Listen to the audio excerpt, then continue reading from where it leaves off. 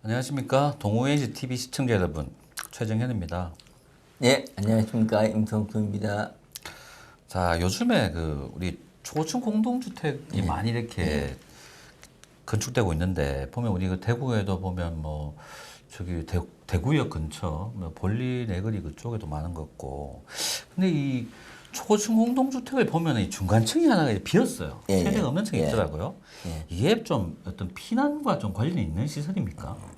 예, 예. 우리가 공동주택의 피난 대책 중에서 지난 시간까지는 대피공간에 대해서 이야기했지 않습니까? 근데 이번 시간에는 방금 최상무님이 이야기했던 것처럼 세대가 없는 층이 바로 그게 피난 안전구역인데 피난 이 안전구역은 건축물의 피난 안전을 위해서 건축물 중간층에 설치되는 대피 공간이라고 생각하시면 됩니다. 그래서 화재나 어떤 재난 발생을 했을 때 사람들이 안전하게 대피해가지고 구조를 기다리는 그런 공간입니다.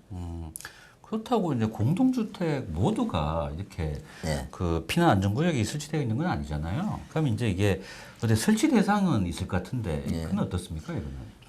건축법 시행령에 보면 나오는데 초고층 건축물 같은 경우는 지상층에서 30층마다 한 개소 이상을 설치하도록 되어 있고, 그 다음에 준초고층 건축물 같은 경우는 해당 건축물 전체 층수의 2분의 1에 해당하는 층으로부터 상하 5개 층 이내에 하도록 되어 있습니다. 그런데 우리 서울특별시 성능위주 설계 가이드라인에 보면은 이 피난 안전구역을 최소한 지상 20층 이상의 층에 설치하도록 규정을 하고 있습니다.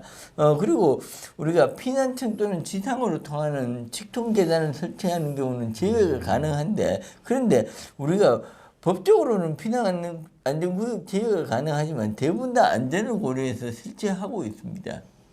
제가 없는 것도 봤어요. 아, 예? 아, 그래요? 봤어요. 아, 예. 저는 실제 지어진 걸 본 게 아니고 예. 그냥 제가 이제 초고층 공동주택 예. 면접을 많이 다니니까 이 설계도서 열람하다 보면 예. 피난 안전구역이 없는 거예요. 있어야 되는데. 근데 나중에 찾아보니까 이런 조항이 있긴 있더라고요. 법에만 있고 실제로는 다 설치되는 줄 알았는데 네, 그렇지는 있어요. 않은 거군요. 자, 여기서 이제 참고로 말씀드리면 이 초고층 건축물 같은 경우는 이제 기준이 이제 50층 이상, 그리고 50층. 이제 높이가 200m 이상 되는 그런 건축물이고요.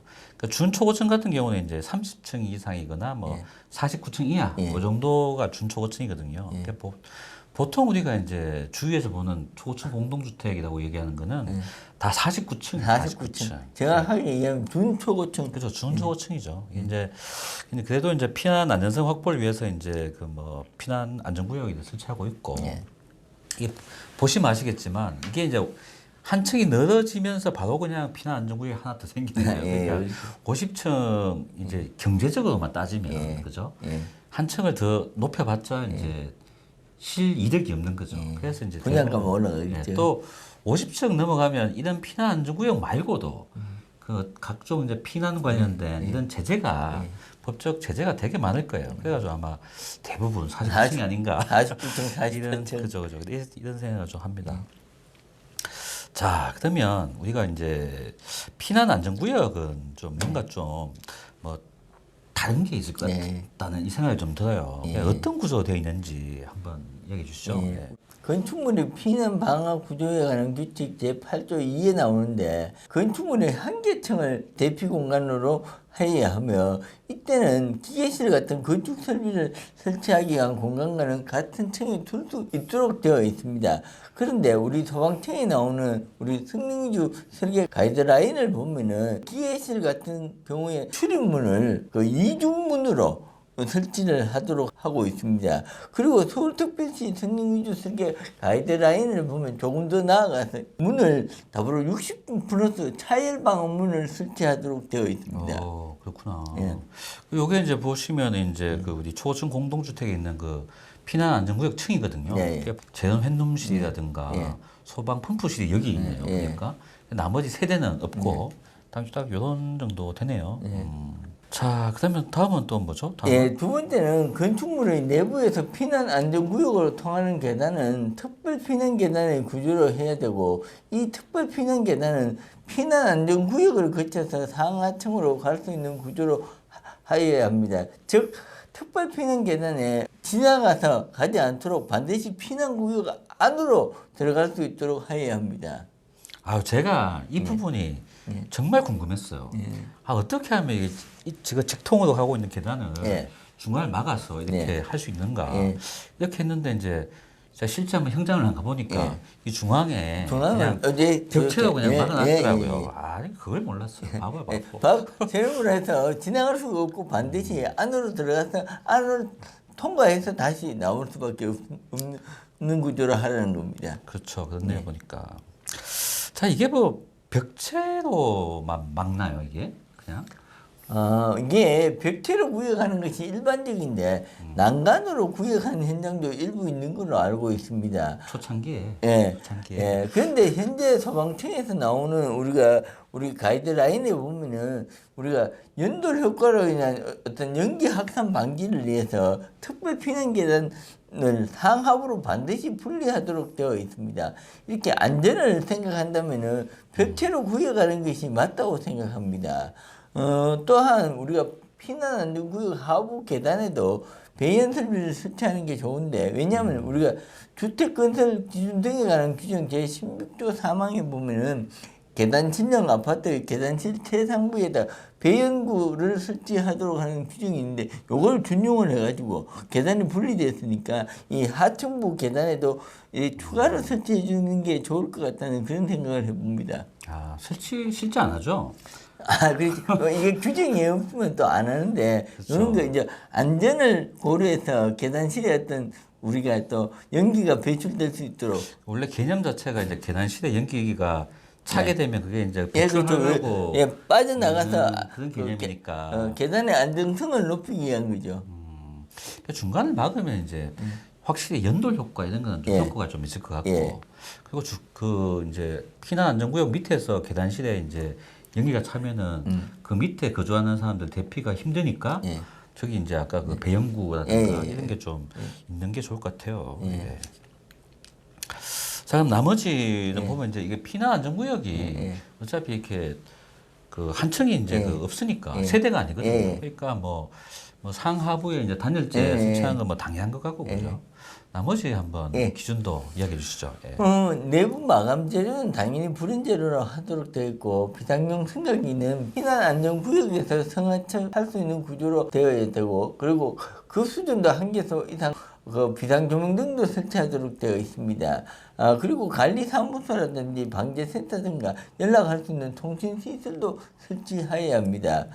그리고 피난 안전구역의 면적을 산정하는 기준은 피난 안전구역 2층에 있는 제실자 밀도에 의해서 결정이 되는데, 설계자가 잘 했을 거예요. 용도별로 상이하니까 한 번 더 확인을 하시기 바라고, 그다음에 피난 안전구역의 높이는 2.1m 이상이 되어야 됩니다. 그리고 배연 설비도 해야 되고, 우리가 제연 설비라든지 진한 유도선, 비상조명등, 그 다음에 휴대용 비상조명등, 인명구조기구와 같은 소방시설도 갖춰야 됩니다. 그게 이제 소방청장이 정하는 그렇죠. 그걸 이야기하시는 거구나.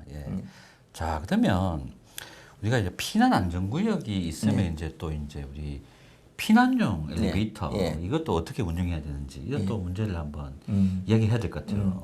우리가 저희들이 승강기 편에서 이야기할 때 한번 이야기를 했는데, 피난용 승강기가 이게 매 층마다 쓰게 된다면은 우리가 피난이 제대로 안 될 우려가 있기 때문에, 일반적으로 우리가 그 피난 안전구역에서 피난층까지 바로 연결해서 운행을 하는 게 적합하지 않을까, 그런 생각을 많이 합니다.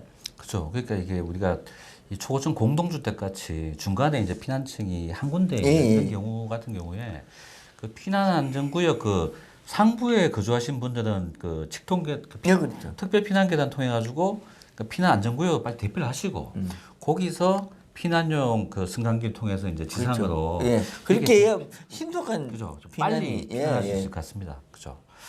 자, 그러면 이 세대에 하얀색 피난구가 있잖아요. 그게 이제 여기 중간에 한 층이 폈는데 여기에도 있겠네요, 그게? 당연히 피난 안전구역을 거쳐서 가야 되다 보니까 우리가 그 세대니 있던 그 위치 그 자리에 우리가 그 설치가 됩니다. 그럼 거기서 다시 피난 안전구역으로 대피할 수도 있고. 그렇죠. 그런 식이네요, 그죠? 그래서 근데 여기 조금 논란은 있는데, 이제 그 아래층으로 이렇게 내려가는 것에 대한 그 좀 불만이 있는 것 같습니다. 그렇지만 안전을 고려해서는 어쩔 수 없다고 생각합니다. 그렇죠. 아무래도 프라이버시한 공간이니까 그렇겠죠. 자, 그리고 이제 출입문이 또 있을 거 아니에요, 그죠? 여기가 보면 이제 이 뭐 관리 사무실 안에 있는 것도 아니고 이게 사람들이 상시 거주하는 공간이 아닌데 이게 개방이 돼 있나요? 어떻게 되나요, 이게 출입문이? 이게 우리가 옥상하고 같은 개념으로 옥상처럼 평상시에는 폐쇄가 되어 있습니다. 그런데 우리가 하재 감지기하고 연동이 되는 우리가 자동 개방 장치를 설치를 해서 이때 어떤 비상시에는 개방이 되도록 그렇게 설치를 운영하고 있습니다. 그러면 요새 보면은 이 계단 오르기 운동하시는 분 되게 많잖아요. 그럼 이 가시다가 이제 피난 안전구역 그 밑에서 엘리베이터 타고 다시 그 위로 그렇죠, 올라가시다. 왜냐면 연결이 안 되어 있으니까 그렇게 되겠네요. 그죠? 지나갈 수가 없으니까 그렇게 이용을 하셔야겠죠. 자, 그러면 이제 오늘 그 초고층 공동주택에 이제 있는 피난 안전구역에 대해서 한번 알아봤습니다.